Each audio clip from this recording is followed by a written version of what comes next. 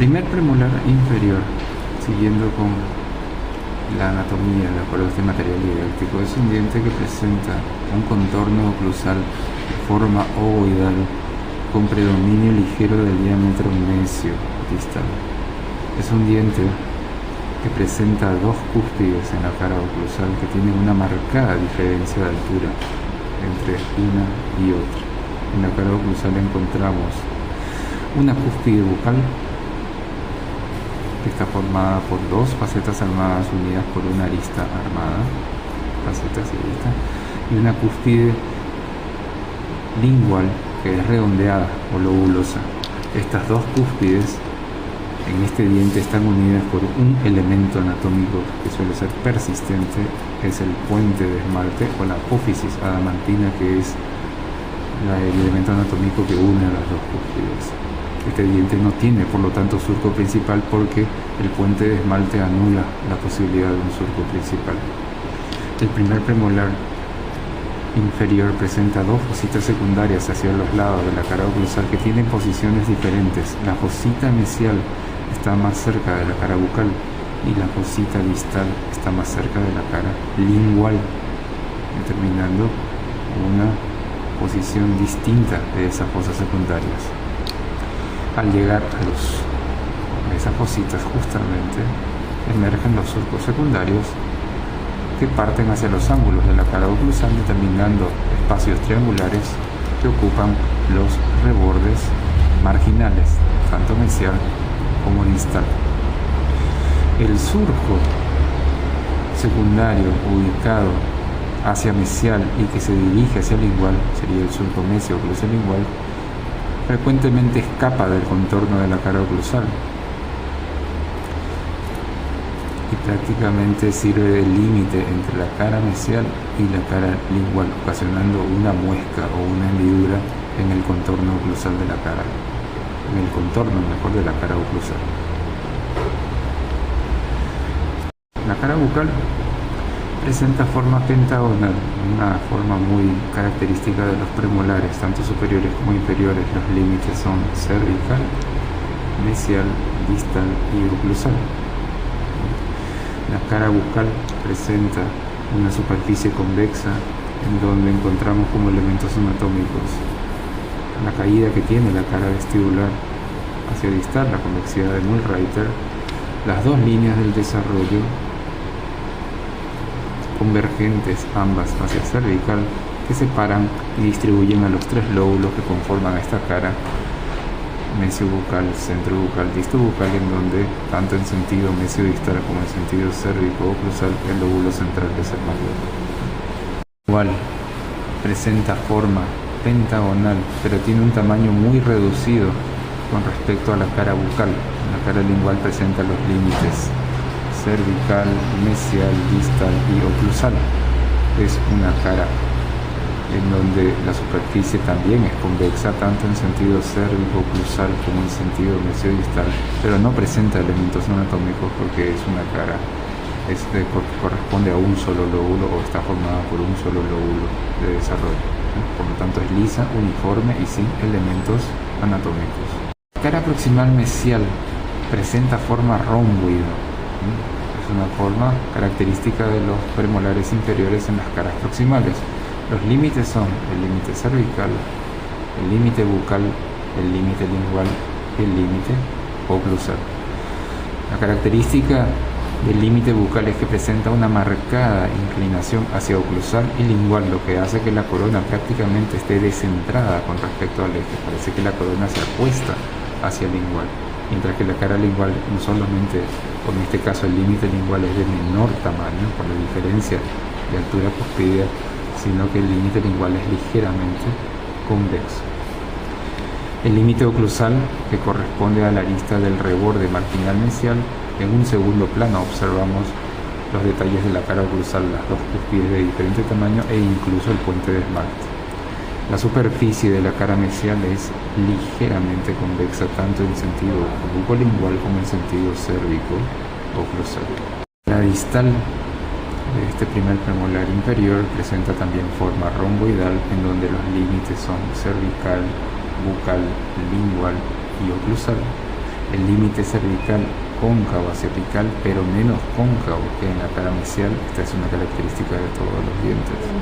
El límite bucal con su marcada inclinación hacia oclusal y lingual, mientras que el límite lingual, que es de tamaño más reducido por la altura, diferente de la cúspide, nota una ligera convexidad diferente al lado bucal que se inclina hacia oclusal y lingual.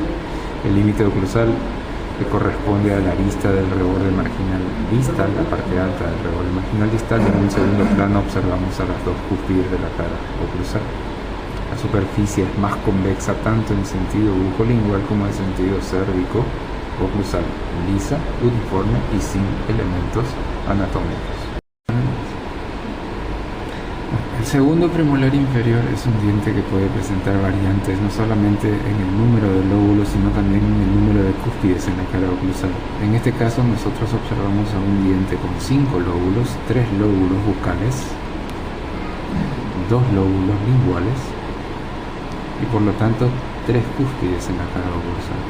En la variante que vemos observamos un contorno oclusal de forma cuadrilátera en donde el diámetro mesio-distal supera ligeramente el diámetro bucolingual. En la cara oclusal, los elementos anatómicos que observamos son el surco principal, que presenta la forma de una Y, que es el que separa a las 3 cúspides. En esta cara oclusal observamos una fosa principal que se ubica cerca de la cara lingual y de la cara distal. Son 3 las cúspides de la cara oclusal del primer premolar inferior. En este caso el tricúspide. La cúspide bucal es una cúspide que está formada por 2 facetas armadas unidas por una arista armada, y las cúspides linguales, la mesiolingual y la distolingual, también presentan la misma formación cúspide. Facetas armadas unidas por una arista armada. El surco que separa las cúspides linguales es el surco ocluso-lingual, que se escapa del contorno oclusal y va a terminar en la cara lingual. Hacia los lados de la cara oclusal encontramos a las 2 fositas secundarias, tanto mesial como distal, y los surcos secundarios que se escapan y se dirigen hacia los ángulos de la cara oclusal, determinando los espacios triangulares que van a ocupar los rebordes marginales, mesial y distal. En el tamaño cúspide, la cúspide bucal es ligeramente la mayor, y entre las 2 cúspides linguales se puede notar la altura. La mesiolingual supera ligeramente a la distolingual. La cara bucal del segundo premolar inferior presenta forma pentagonal, en donde los límites son el límite cervical, el límite mesial, el límite distal y el límite oclusal. La superficie de la cara bucal es marcadamente convexa tanto en sentido cérvico-oclusal como en sentido mesio-distal. Los elementos anatómicos de esta cara bucal son la convexidad de Mühlreiter, característica de la caída que tiene la cara bucal, más prominente hacia mesial, más baja hacia distal. Encontramos a las dos líneas del desarrollo, convergentes ambas hacia cervical, que separan a los 3 lóbulos del desarrollo: el mesiobucal, el centrobucal y el distobucal, en donde el lóbulo centrobucal es el mayor, tanto en sentido mesio-distal como en sentido cérvico-oclusal. La cara lingual presenta forma pentagonal. Los límites son el límite cervical, el límite oclusal, el límite mesial y el límite distal. Esta cara lingual presenta una superficie ligeramente convexa, tanto en sentido cérvico-oclusal como en sentido mesio-distal. En esta cara lingual encontramos un elemento anatómico que proviene de la cara oclusal, que es el surco ocluso-lingual, que es el que separa a los 2 lóbulos linguales, al lóbulo mesiolingual y el distolingual, que generalmente presenta 2 aristas lisas que separan a las facetas lisas, que corresponden a las facetas armadas de la cara oclusal. Serían los lóbulos mesiolingual y distolingual. La cara proximal mesial del segundo premolar inferior nos muestra una figura de forma romboidal en donde los límites cervical, bucal, lingual y oclusal caracterizan esta cara. El límite cervical cóncavo hacia apical, y lo que caracteriza a los premolares inferiores es el límite bucal, que presenta una marcada inclinación hacia oclusal y lingual, mientras que el límite lingual es ligeramente convexo, lo cual aparenta que la corona se acuesta hacia oclusal y lingual, es una corona descentrada con respecto al eje. El límite oclusal corresponde a la arista, la parte alta del reborde marginal mesial. En un segundo plano observamos a las cúspides de la cara oclusal. La superficie de la cara mesial es ligeramente convexa, tanto en sentido bucolingual como en sentido mesiodistal. No tiene elementos anatómicos. Esta superficie es más convexa tanto en sentido bucolingual como en sentido cérvico oclusal, más convexa que la cara mesial. La cara distal, que presenta la misma forma romboidal con los mismos límites, es decir, el límite cervical, el límite bucal, el límite lingual y el límite oclusal. En este caso, el límite cervical, como en todos los dientes, es cóncavo hacia apical, pero no tan cóncavo como lo es en la cara mesial. El límite bucal, con su marcada característica, la inclinación hacia oclusal y lingual, característica de los premolares y molares inferiores, lo cual hace y aparenta que la corona se acuesta ligeramente hacia oclusal y lingual. El límite lingual ligeramente convexo y el límite oclusal, que corresponde a la parte alta o la arista del reborde marginal distal. En un segundo plano observamos a las cúspides de la cara oclusal.